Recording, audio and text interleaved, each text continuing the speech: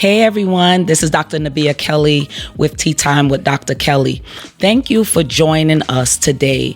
We are on an amazing journey preparing for our podcast. Do me a favor before we even go into the episodes. Just begin to like, subscribe on below, share, tag, click the link and give it to someone. And also remember, do the notification tab that when we come on, we pop up. We have some awesome guests. We have people who are coming to drop some gems as they spill the tea in their industries, and we're looking forward for a dynamic time. So thank you for joining us. We look forward to seeing you. We look forward to engaging with you, and as you spill the tea, we shall pour into you. Hey, it's your girl Nabia Kelly, Dr. Nabia Kelly, aka Tea Time with Dr. Kelly. I am your host, your podcaster, coming to a screen near you. Today we have an awesome time with introducing a special guest. But before I introduce my guest, I just want you to know that we had a phenomenal different episodes dealing with Mother's Day. But today, we have entitled this message for those of you who are creatives, those of you who don't know what your niche is, stay tuned. We're about to unload some things for you. If you felt like your dream has not come to pass, if you felt like this was a time where you feel like you stalled a little bit, this is the podcast for you. This is the episode for you. So today, I just want to introduce Let Her Cook. I have a very important person in here who I believe is going to launch you to your new place. Why? Because she's innovative. She is gifted. Her skill set is phenomenal. She has worked with some of the most best in the industries, from the arts and entertainment to medias to productions to wedding venues to exquisite, illustrious events. So I just want to take the time out now and to introduce none other than Chef Ingrid. No, let me come back. Celebrity Chef Ingrid Bayaro. Come on, make some noise. My sister is in the building. You hear me? My sister is here, and I'm so excited to bring you on today because I believe you have something that you need to spill the tea about. So we did all the preliminaries, and one of the things I love about you is that you just have you're just so calm. Through everything I see thrown at you, I just see you so calm. But one of the things most importantly is that I've seen you work under pressure. I've seen the end result. I've seen you in the kitchen. I've seen you out of the kitchen. I see you dressed up with a gown, delegating all kind of stuff. So I had the opportunity to meet you not so very long ago, but it was a kindred connection. And I want to talk about the person behind the title, behind the celebrity status. I want to talk to the person, the essence of the brand, who is behind the brand, before the titles and the followers, and before others knew that you were called to cook. I want to talk to that person. So today we welcome you. Be yourself, because you know I'm going to be mine. Yes. So you're amazing. I love you. Let's go. Let's flow. I'm ready to have Clock fun. that tea. Let's Spill go. the tea. Let's go. Well, I am Chef Ingrid. I'm a PK. I was born actually in New York. So I spent most of my life in the church. I went to law school actually, and I dropped out. What? Yeah, I went to law school and I dropped out because my father always told me to follow my passion. So my passion was feeding people. After church, my father always had these big potluck dinners, and I was always cooking for everyone. And I developed something for entertaining and just making people happy through food. And so I just started doing that. And when I dropped out of law school, of course, everyone thought I was crazy. My family, my friends, everyone. And they said, oh, you know what? That little thing she's doing is not going to succeed. Wow. And that same year, it was in 2018, I opened up my restaurant in Miami, and I became #2 Black-owned restaurant. What you say? Yeah. And ever since then, I've been in the food industry. And so for me, food is more like a passion. It's something it's more like a calling. It's something that I realized that God gave me as a tool to be able to bring people towards me and to give them God. I remember you saying before, food, cooking for people is like a ministry. And when you go to different countries around the world, they say the ministry of helps, the ministry of engineer. So it's a service that you provide. So what age did you spark this interest, and why did you start cooking? I think I had to be about 24 or 25 around that time. I was always cooking for my friends because I used to always throw these big house parties. Even Okay. when my father and my mom used to travel a lot. She know about it, mama. They used to travel a lot, and when they would be gone, I had the house parties. So you had to turn up. I had the big house parties. I'm talking about hundreds of high school kids, and I would be sitting there cooking. Everybody came to my spot. That was like, my parents had this huge house in Jersey, and everybody came to the house, and yeah, that's what we did. So what was like your first meal? Was it Frankfurters? What was your first meal?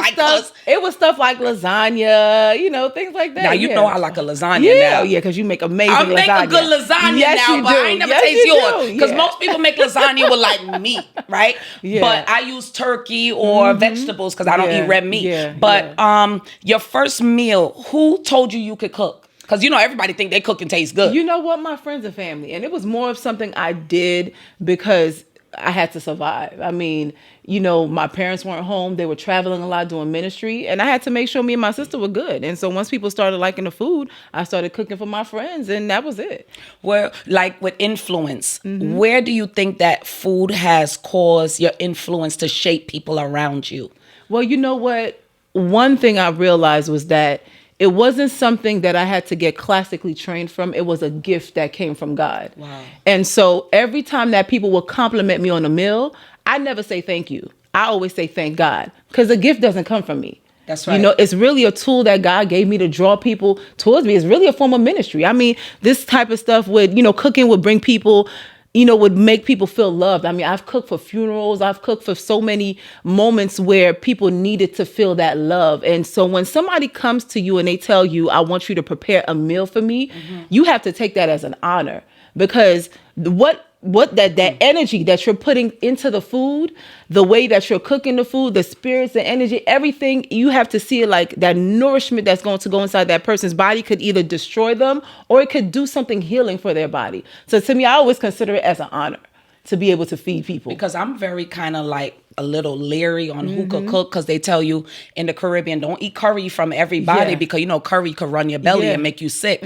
So you are a mother, you're an entrepreneur, serial entrepreneur. Yeah. You're a leader, right? All in one, your brand. Who does it say Ingrid is? Ooh, I think people just know me more as a chef. Not people, you. Yeah, well, me, I wanted to say somebody that is passionate in making sure that I can bring love and happiness to people through what I'm doing. It's not about the money. God has really allowed me to be in a space and blessed me to be in a space where I've cooked for some amazing people, but no matter who it was always an honor for me. Okay. No matter how, whatever celebrity it was, whatever it was always an honor for me, whoever I had the chance to cook for. So, I mean, I just wanted to be able to exude love. And, when people come to me, I want them to feel like grandma's cooking, like auntie is cooking, like something that came from the heart and soul. Yes. And also, I noticed that sometimes when we are entertaining, we don't get to enjoy the events. Yeah. So sometimes you are in the kitchen and out on the floor. Yeah. What does that look like? Is there ever a time where you feel heavy or lonely when doing your ministry of cooking or just using your talent? Is there any time that you have felt lonely or heavy during this process? In entrepreneurship and when you're in a season of building, you're going to have a lot of lonely moments. But you have moments where you are separated from people. I've missed so many important moments because I was so passionate in, focusing on my craft. And, I'm somebody, when I tap all the way in, and sometimes I could shut things around me out, which hasn't been good. But in this season, I've been learning that I need to balance. So you have moments where, entrepreneurship, people see the beautiful picture at the end. They see, they may see the cars, they see the home, they see the celebrity status. They see all those things when something is said and done, but they don't see how many lonely nights you had to spend there in tears, sacrificing. I mean, before I got to a certain level, even in my first restaurant, you would come to the restaurant, you see all these big, nice cars, beautiful aesthetics, yes. But in the back, they didn't even know I had a broken kitchen sometimes with like water pouring over my head. because my roof was probably leaking, but I had to keep on going. So sometimes people may see the beautiful picture, but they don't know the struggle and what you really have to go through in the lonely moments. That's so true, because people see, like there's a saying, they see your glory, but they don't know your story. And most of the time we look at a person in their success moment, their more prominent moment. They didn't see the obscure moments where you didn't know how you were going to finance certain things, or they didn't see how this was going to come, a dream come into fruition, or see you building and networking and having to be out front and be behind and be the face of your business when you had no employees. Also, how do you stay rooted while being so visible? It's just knowing that, like I said, knowing that the gift doesn't come from you.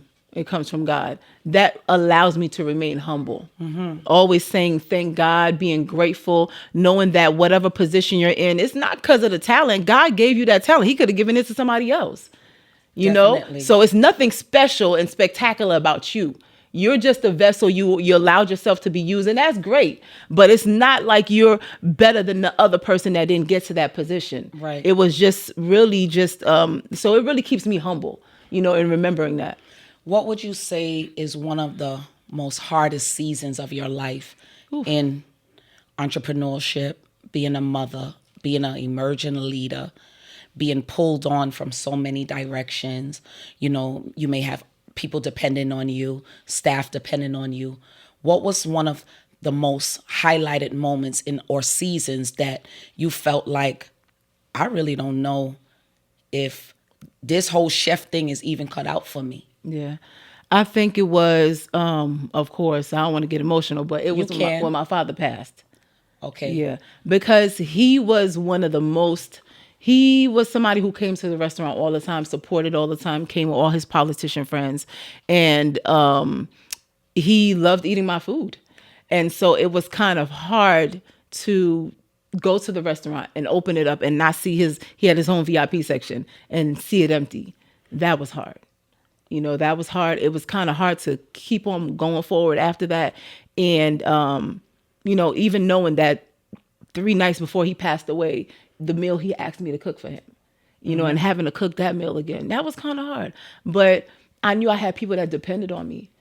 And there were people that came to the restaurant. They would be like, okay, I know Chef Dad died, but can she get back to the restaurant now? Like people didn't understand. They didn't care. Because life still is going on. Yeah. And grief is not something that's easy. You can't tell somebody, okay, enough. You've been grieving for a couple weeks, enough time now. Now you got to get back to work. It's something that could be a prolonged process. So there are people out there who don't know how to really handle the grief, and they're still struggling with the loss of a loved one. And how do they move on? How do they go forward?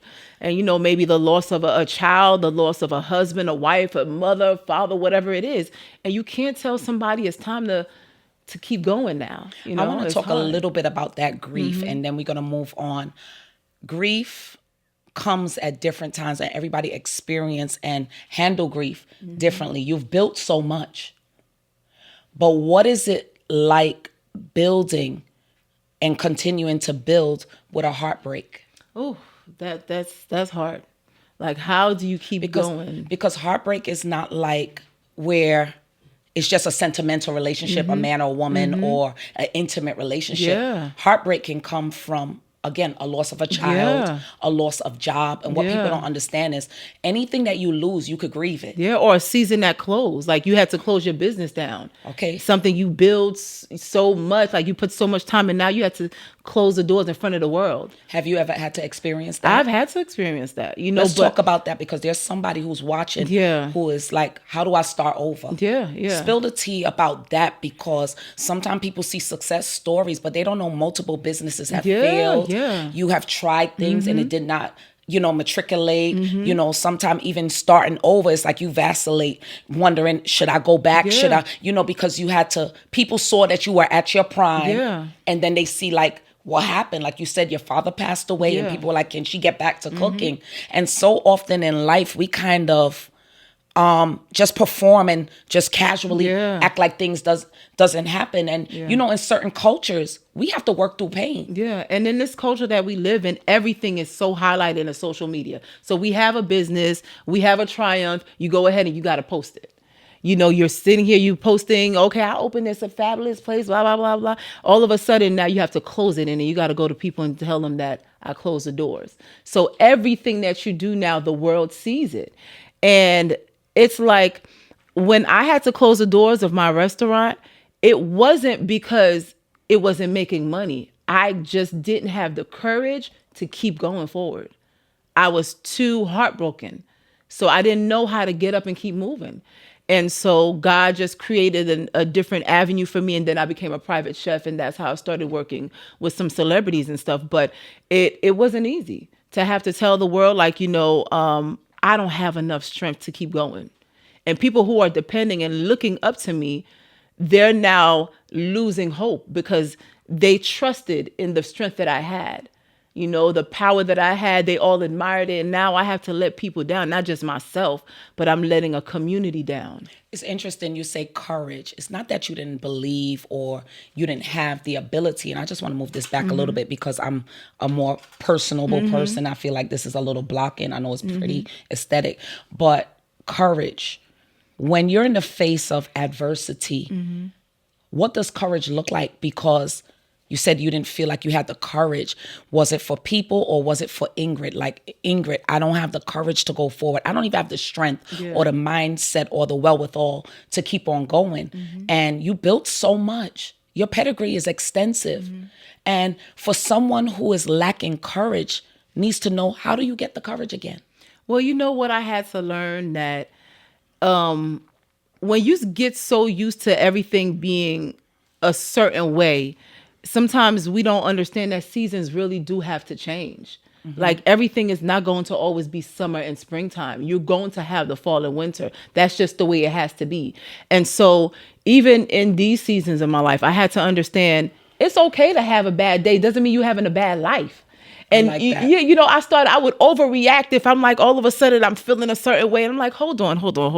You're just having a little bad moment. That doesn't mean this is how your entire life is going to be. Like, laugh at it, move on. So like, joy and happiness and laughter has really been something that's been able, and that's why I'm so happy God brought you into my life, because you brought me so much joy and happiness and laughter throughout the dark times.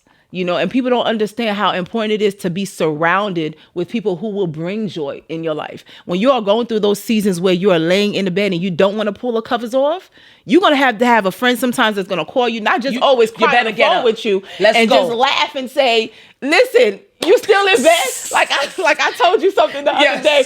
I said, somebody said I had a couple of loose screws, and you started cracking up. And I was like, is she really laughing? Because she was like, oh my God, I grew up feeling like, I was kind of slow, So I was like, were you a little on the short bus or something? I just bust out and started laughing. I was having like a moment where I was about to cry on the phone, and she just was like, I'm sorry, I gotta laugh. I was like, what? But you need that. Sometimes you need to realize it's not that serious. You just having a bad moment. You're going to snap out of it. You need people in your life who going to tell you the truth. Yeah. Like, get up, take that long drive. Exactly. Remember, I was like, I don't care. Get up and take that long drive. That's for a whole nother podcast. We got to come back on for that another time. You feel me? Yes. But looking at production platforms, different people you have connected with, is there anything that you want to do that you have not fulfilled yet? Oh, it's so much. Come on, let's hear it. It's so much. I mean, I have a joy in being able to, like, I had one of the restaurants that I was consulting, and they would bring me sometimes people from the halfway home. And a lot of these guys didn't know what they wanted to do.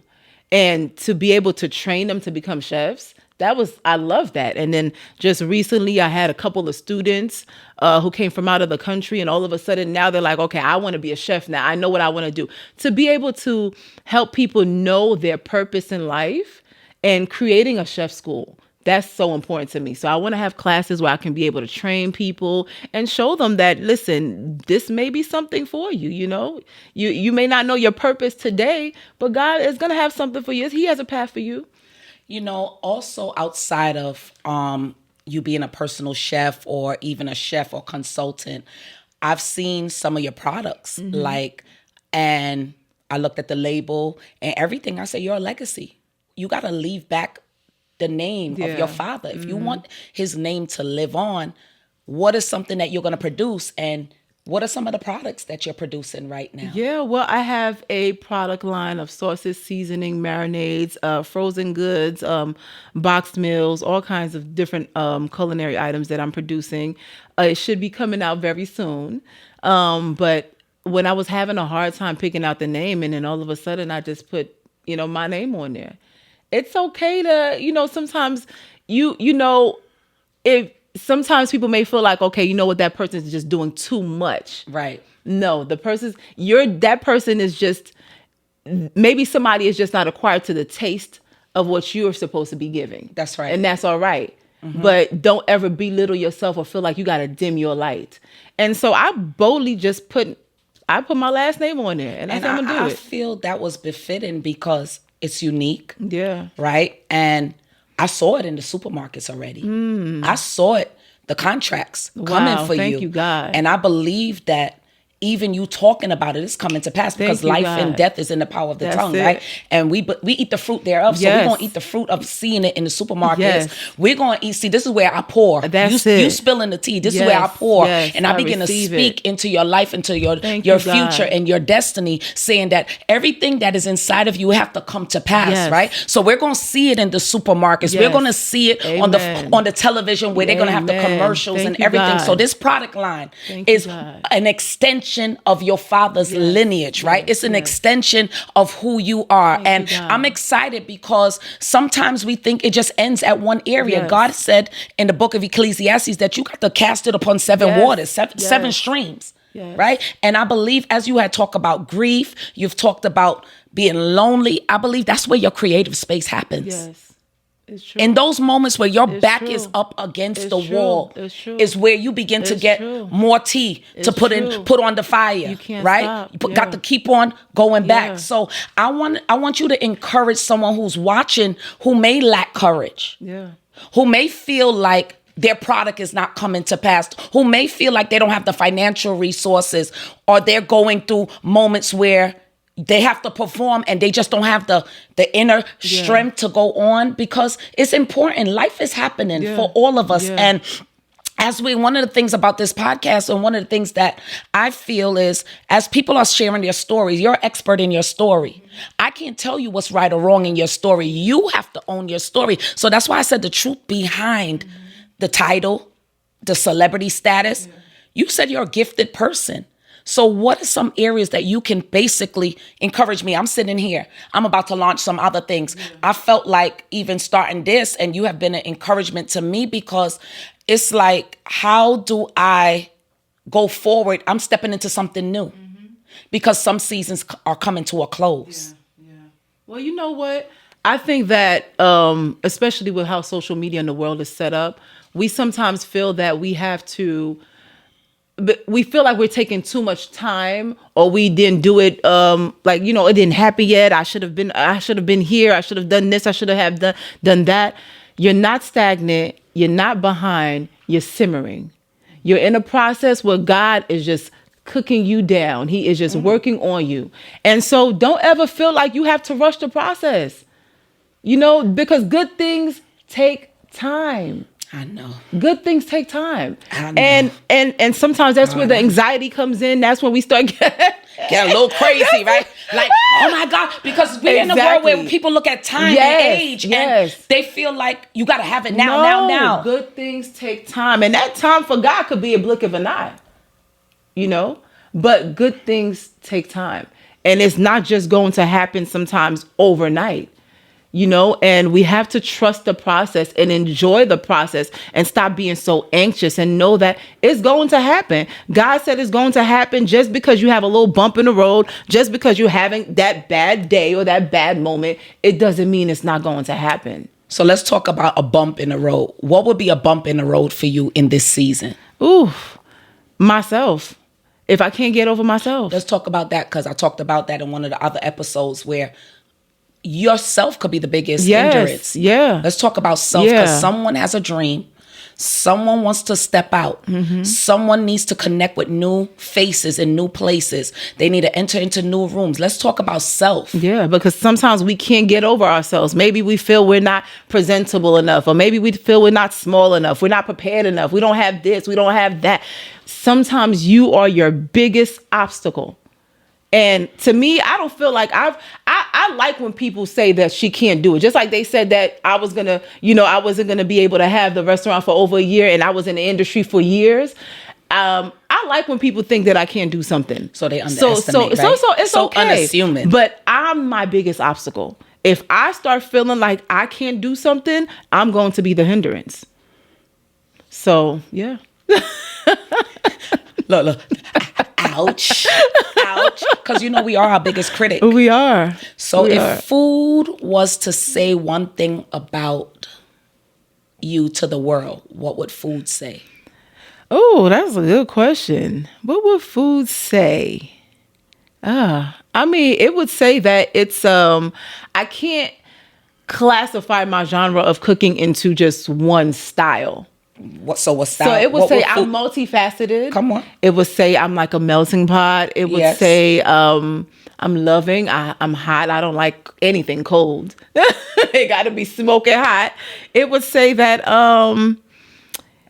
it had a couple of different ingredients and seasonings to go into the process, and it may not be something that you was used to using, but it was what needed to be used for me. And so everyone has something different that God had to put inside of them to make them who they are. So my makeup, what God used to create me is different from what was used to create you. Mm-hmm. But the outcome, no matter how long it took to simmer, it was done. And it was brought to your table and it was ready to be eaten. Ready to be eaten. Clock the tape. Clock it. Oh, Lord. Bring it back, God. Please, Bring it back, Kelly. Bring it back.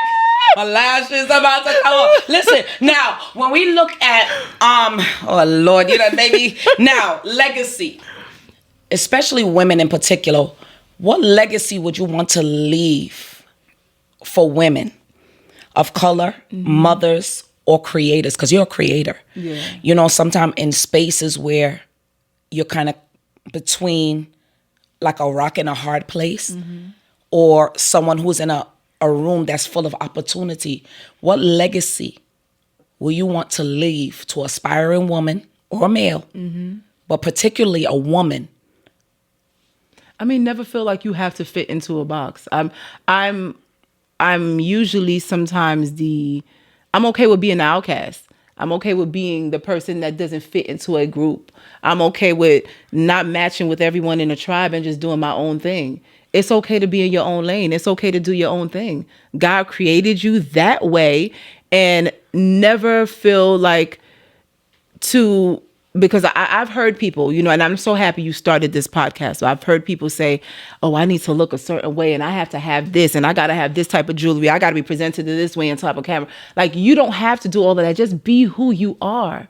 God will use you the way you are, and he can be able to put you in the midst of a crowd of people that you never expected to be in. Like, I've been in places where God has elevated me so high in those circles that in me not being the girl that was twerking or jumping on the couch or whatever, you could have thought that I wouldn't have been able to fit into the group because I just wasn't conforming to what everyone was doing. What everyone else is doing. But God allowed me to stand out. And so even to the girls that's going away to school and college, you don't have to be the one that's going to be at every party. That's right. You don't have to be the one that's with that guy or, okay, I got to have the drug dealer boyfriend. I got to be in this person in this circle. Be yourself. Been there. And God will use you how you are. He will use you. He will use you with what you got. So I would just tell people to be themselves. But what happens in a society, a culture where identity is lacking? People don't even know their DNA, because I did a study that DNA is inside of one individual. There's 3.4 billion strands of originality in one person. That if you take your DNA, it could go to Jupiter about 8 times. That's how long the DNA is inside of us. What will you tell someone who is struggling with identity? That's why I asked, what was behind the brand? What's behind the title? The person? God. Because the devil is the biggest identity thief. And one thing we are really struggling with in this season is our identity. That's right. People don't know who they are. And because they don't know their purpose, they don't know who they are, they don't know their purpose. And being able to find God is the power behind my brand. Because I always feel like he brought me up to a certain level only so that I could speak about him, only so that I could represent him. I've been in circles where people, the things that I've seen, you could be able to, in my field, sometimes you could. It seemed like it's void of God. Yeah, yes. You could be called to places where it's nothing but satanic worship going on behind the scenes.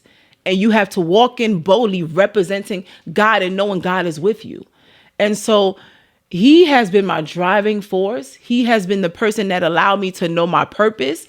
Knowing my purpose only came from God. It didn't came from nothing else but God. And I heard also, I had experienced, I remember I was, just in meditation, just thinking, and I heard the voice of God say, Nabia, don't trump your purpose for convenience. Don't trump your purpose for preference. Yeah. And sometimes we will trump our originality to fit in with what we prefer. So I think this is a opportune time because a lot of people, you said you're a PK, I am a preacher. How does a preacher step into another industry than the world, the preacher world, the kingdom of God begins to demonize what we're doing. But what they don't know is God said to go out into all the world, right? We must take this commission to the marketplace. And this is why I decided to bring the podcast, because sometimes the creatives, we don't see God in the kitchen. Right? Yeah. We don't see God in the studio where people are painting. We just see God from the pulpit to the pews. And he said, go out into all the world. And the systems of the world is government. Yes. Don't they need a relevant voice in government? Don't they need a relevant voice inside where you're cooking food, where people could do so much evil things with food? Yes. Right? So I believe that legacy, brand, identity is vital, especially if we are voices. And you have a voice, so your platform can encourage someone like the young men who now want to be chefs, who halfway houses. I've dealt with people in the halfway house industry who may go back to prison or may turn their life around and they open up their own businesses when federal programs will not allow them the opportunity because of their record. Yes. So I'm encouraged to see that God has, and just even your skill set is impeccable. And with your skills, what are your dominant skills? I would say my dominant skills is being able to understand people. Being able to understand people, even in the industry that I work with. I don't really turn people away easily because of certain budgets, because of where they are in life and things like that. I try to understand people and work with them. And I think what's so important when we're saying that, we have to take God into whatever field and things that whatever we're doing. We can't just keep God confined to the 4 walls of a church. That's right. We have to be able to go into governmental, political, educational, entertainment, societal, to really have a true societal reform. We really need to be able to infiltrate different sectors. And I think it's so important that that's how we're going to truly be able to make an impact as people of God, when we're able to influence the influencers. Because you're able to touch one person with 7 million followers, and that person gives their lives to God. You could imagine their followers.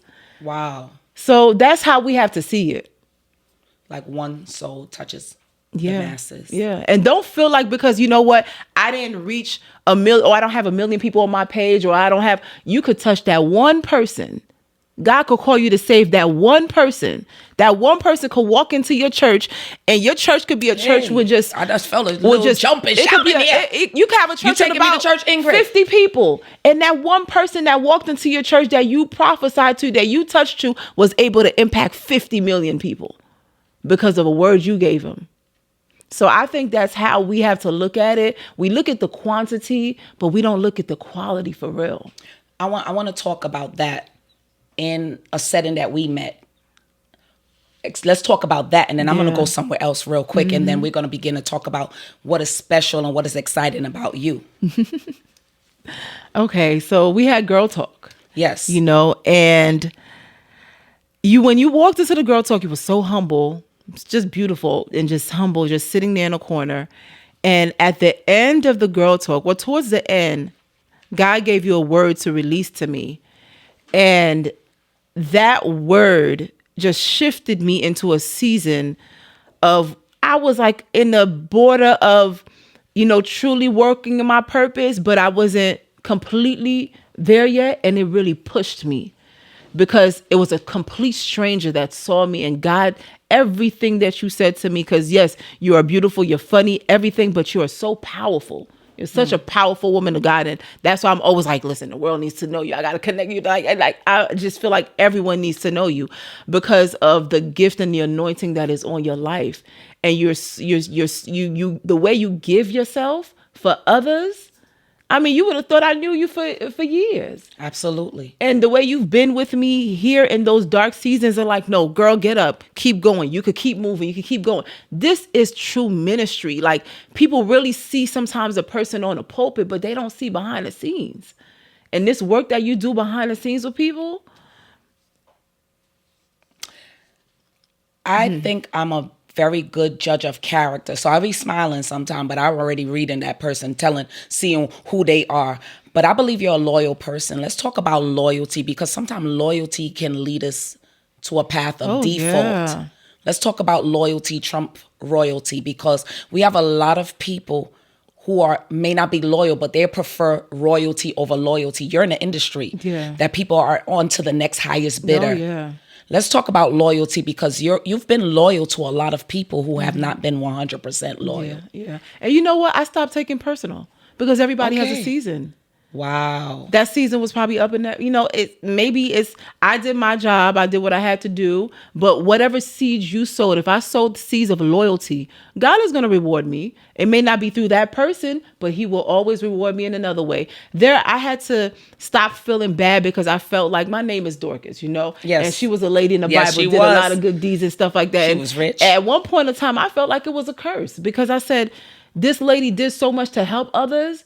And I grew up being the same way, because the names that you give your kids are so important. Mm-hmm. So I grew up being that person, always doing things for others. And sometimes I would be hurt when people wouldn't give that back to me. But I had to understand that it may not be that person. It could be a complete stranger to bless you one day. Never feel bad because of the fact that you sowed seeds, and that's just who you are. So even if there are people that haven't been loyal to me, God has blessed me with people who have been. That's good. That's good. Yeah. And I agree that sometimes they say Peter paid for Paul, but not everybody is sent to stay in your life forever. Yeah. And they serve their purpose, and it's time to move on. That's it. So moving into areas in your life, how do you think we can support you? My product line is coming out soon, and this is so important, what we put into our bodies. Yes. I pray over my products. I made sure everything was organic, because it's so important there's so many different sicknesses and things coming up nowadays. So what we eat is so important, what we're, what we're drinking. And I have an all organic product line, gluten-free, vegan items. And so I would love for you guys to support it. We will. Yes, we will. Cookbooks and all kinds of stuff coming out soon. Cookbooks. Yes. Mommy and me cook. So let me ask you, you going to have any kitchen where we could come in and cook? Very soon. I'm coming in that kitchen. Very soon. What color I got to wear? Just be fashionable. I'm wearing hot pink. I like a good hot pink now. Just be however you like it. So what would you need to take you to the next step? What will you need? Resources, word of mouth. What do you need as far as spiritual space? What are some things that you need? I mean, just let people know, let's continue to spread each other. When one grows, we all grow, so we represent the kingdom at the end of the day. So listen, if we could be able to get another sister's product line to the level of Goya or Uncle Ben's and these type of other companies. And then we got a sister representing the kingdom. Why not? So just support, just push it. I had read this book called The Millionaire Club years ago. And one of the things about this Millionaire Club is about some Black entrepreneurs, Black and brown entrepreneurs that came together, and it was 10 individuals. And these 10 individuals became collaborators. They got an attorney and they began to get one account. And in this account, they began to basically say, you know what? Ingrid business is about to launch. So let us pool our money into this business so that her dream could come to pass, right? And here it is. The money, everything is vested because you got to preserve some friendships because, you know, money can make people turn a different way. So their job was investing in your business first, but they're all partners in the business. And when it was your turn for theirs to pretty much be pushed into a different direction, so you all 10 business owners. So collaborators, what does collaboration look for you? And because we need collaborators. Yeah. Collaboration is all about, to me, it's definitely kingdom work. Sometimes as Black women, we tend to feel like we got to do things all alone, be so independent. No, there's power in collaboration. There's power in partnership. So yes, I want to collaborate with as much people in this season. You know, I'm over the season of doing everything on my own. That's right. Listen, I'm over that moment. I need to collaborate and partner up with people as much as I can. So I'm looking at you now. And I'm like, who does she remind me of? She's my queen. Oh, Lord. She looking like the woman from Coming to America. Oh, and my I'm like, gosh. you know, she was like, jump. And she like, whatever you like. So I'm looking at you, you look so beautiful. Your skin is radiant and everything. Now, what are some 3 fun facts about Ingrid? Well, as far as skincare and stuff, I'm all about my food and organic stuff. So everything on my face is like tomato wash, turmeric and lemon oil, like little things that I make. Wait, hold up. Because I remember you have a sister who came out with, and I actually gave mine away because somebody didn't get there because I know I got dibs on it firsthand. So explain the tomatoes. Well, she got the idea from me. We're washing my face with tomatoes. Collaboration. And she says, you know what? I'm going to make a face wash with tomatoes. So I wash my face with tomatoes. And, you know, when I was going through my little dark season and stuff, I couldn't go buy the expensive products. I started researching because I had some scars and stuff on my hands. I was peeling a bag of tomatoes one day and they started lighting up the scars. I looked into the ingredients. I see potatoes lighting up, you know, and so I just started like experimenting with all these things. So, yeah. So under my eyes, I put coffee and turmeric under my eyes so it tightened up the eyes. Is it grinded or just paste? It's like I make a little paste with it and I put it under my eyes every single night, and so it tightened up under the eyes. I was looking like a raccoon before this concealer. It removed the and that's the thing. I didn't want to have to wear concealer all the time. And you know, you could be in the kitchen, your concealer all be all the way down here, eyebrows would be on your cheeks. No, like I like to. So I was like, I need to find ways to be makeup free when I'm in the hot kitchen. So yes. Yeah. What's another fun fact? Are you married? I'm not married. You want to be married? Of course. Well, we both want to, because baby, those of you watching, it's happening. Yes. What else you want to tell the people? I just like to have a great time. What's a great time? Because my fun is different a little bit from yours. I just like to laugh. I've learned there's so much happiness in laughing. Stop taking life so seriously. Just laugh and enjoy it. What's a hobby you like? Not cooking. Because I'm cooking all the time. No, what's a hobby for real? A hobby I like going to church. I really enjoy it. Okay. Some people don't enjoy it.